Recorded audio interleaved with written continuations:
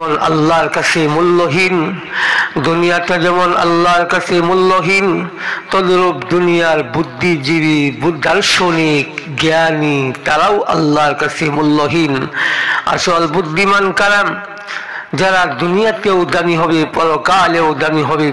আল্লাহ রাসূল সাল্লাল্লাহু আলাইহি ওয়াসাল্লাম বলেছেন, قال رسول الله صلى الله عليه وسلم الكيس من دان نفسه وعمل لما بعد الموت।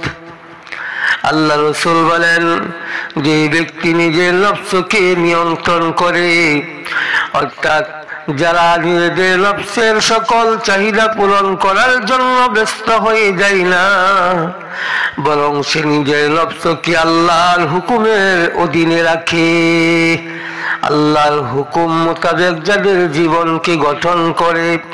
2 নম্বরে, যারা মৃত্যুর পরবর্তী জীবনের জন্য আমল করে বা মৃত্যুর পরবর্তী জীবনের জন্য যারা পাথেয় সংগ্রহ করে, প্রস্তুতি গ্রহণ করে, তারাই হলো আসল বুদ্ধিমান। আল্লাহ রাসূল সাল্লাল্লাহু আলাইহি ওয়াসাল্লাম হাদিসের মধ্যে এটা বলেছেন। এই হাদিসের মধ্যে আমরা বুদ্ধিমানের 2টা গুণ পাইলাম। এবার আসুন আল্লাহ তাআলা কি বলেন, সূরাতুল আল ইমরান খুলে দেখুন।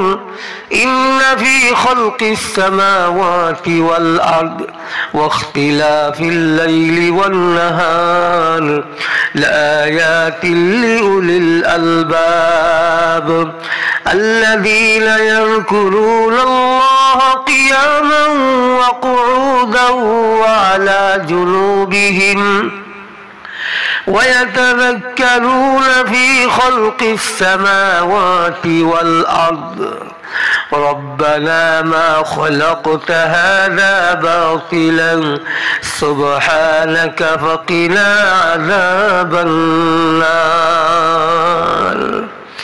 নিশ্চয় আকাশ সৃষ্টি, জমিন সৃষ্টির মধ্যে, দিন এবং রাতের পরিবর্তনের মধ্যে জ্ঞানী এবং বুদ্ধিমানের জন্য নিদর্শন রয়েছে। আর বুদ্ধিমান কারা? বুদ্ধিমান হয়েছে তারাই الذين يذكرون الله قياما وقعودا وعلى جنوبهم। যারা দাঁড়াইয়া দাঁড়াইয়া জিকির করে, দাঁড়াইয়া দাঁড়াইয়া নামাজ আদায় করে। যারা দাঁড়াইয়া দাঁড়াইয়া জিকির করতে পারে না, নামাজ আদায় করতে পারে না, আল্লাহ তাআলা বলেন বুদ্ধিমানদের 2 নম্বর গুণ হচ্ছে ওয়াকুউদা।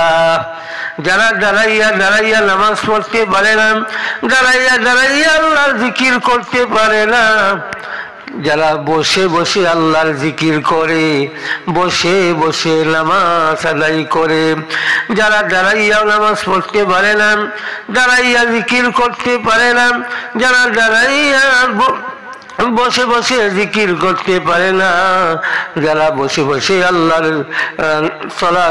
আল্লাহর হুকুম সালাত আদায় করতে পারে না, যারা শুয়ে শুয়ে আল্লাহর জিকির করে, শুয়ে শুয়ে আল্লাহ তাআলার হুকুম নামাজ আদায় করে।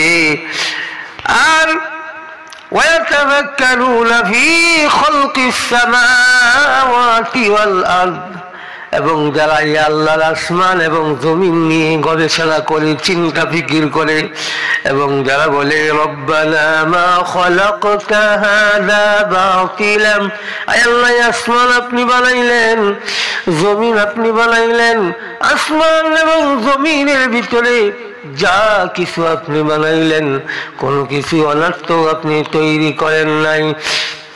আসমান এবং জমিনের মধ্যে যা কিছু আছে সব কিছুই মানুষের কোনো না কোনো কল্যাণের জন্য তৈরি করেছেন, উপকারের জন্য তৈরি করেছেন। এরপরে যারা বলবে সুবহানাক, আল্লাহ আপনি পবিত্র, ফাকিনা আযাবান নার, সুতরাং আপনি আমাদেরকে জাহান্নামের আগুন থেকে মুক্তি দান করেন।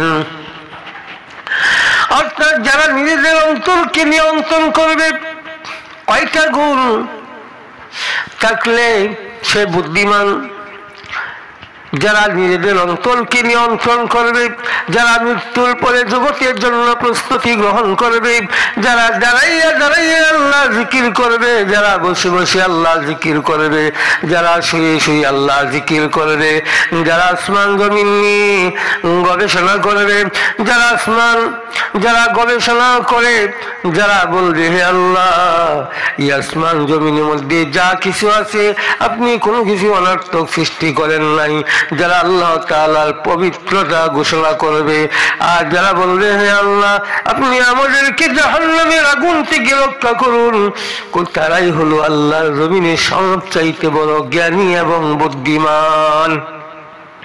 আর এই গুণগুলি যদি কারো ভিতরে না থাকে, সে দুনিয়াতে যত বড় শিক্ষিত হোক, সে যত বড় জ্ঞানী হোক, যত বড় দার্শনিক হোক, আল্লাহর কাছে সে মূর্খ, অজ্ঞ এবং জ্ঞানহীন।